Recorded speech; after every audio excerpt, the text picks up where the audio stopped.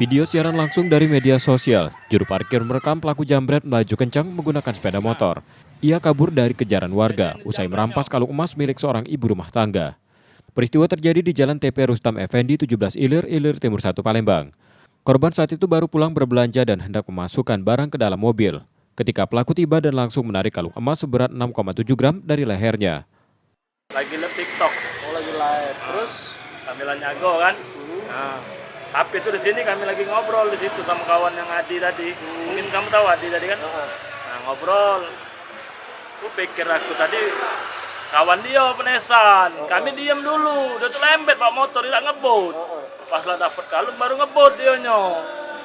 Aku make apa? Anuan handset yang kotak apa? Hitam kan, kebabit ke pala dia tuh. Di situ nah ada hampir campak kan. Karena ada budak dengan ke tiang. dewean berdua kan? Dewean. Oh, dia yang diambilnya itu, Kak? Kalung atau cece itu satu suku. Kalung emas kan? Iya. Kan ada buktinya kan, kok tuh ngomong bapak suku, aku ngomong kan sesuku kan, aku tanya kan. Itu cece itu lupa kak?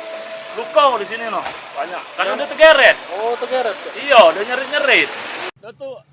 Korban terjatuh hingga mengalami luka di tangan dan kaki. Setelah kejadian, korban melapor ke polisi. Reski Oktora, Muklas Diferensial, Kompas TV, Palembang, Sumatera Selatan.